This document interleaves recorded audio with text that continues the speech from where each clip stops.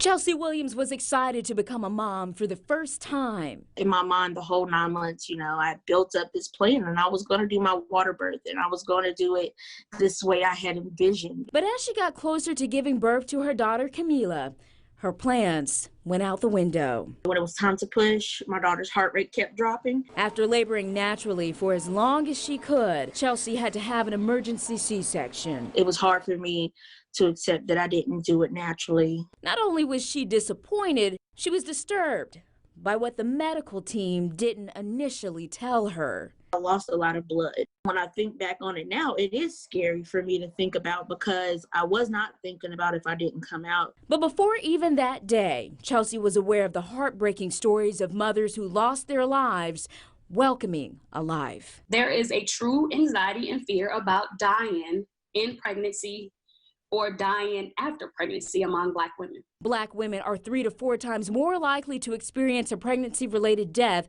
compared to women of other races. 56.8 deaths per 100,000 among Black women in our state.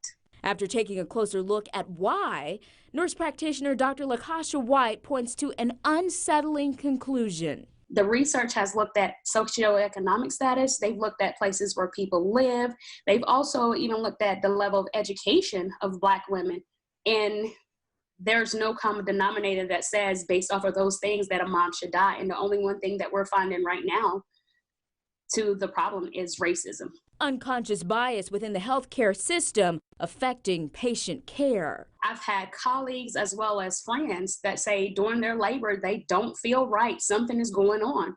Even during their pregnancy, women are voicing concerns. They know that something's not right with their body, but they're being overlooked or they're not being listened to and they're not being heard. Chelsea says it wasn't until her mother started asking questions that she learned she lost a large amount of blood during her C-section and recovery. That is something that right off the bat, once I came into recovery, hey, we noticed that she lost X amount of blood. We just want to make sure you're okay. Let us know if you're feeling dizzy, this, that.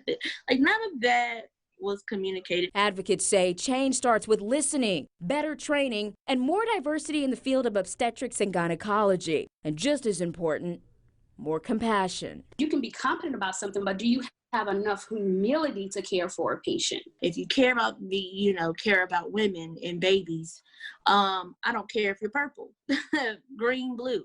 Long as you're there for the benefit of the mother and child, that's all I do care about.